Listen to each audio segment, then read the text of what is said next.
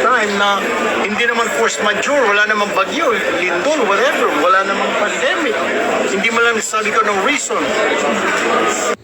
Nagngangawa na naman si Erwin Tulfo. Hindi kasi pumasok yung majority. Inindyan sila. Ay! Pero nag-iingay sila, no?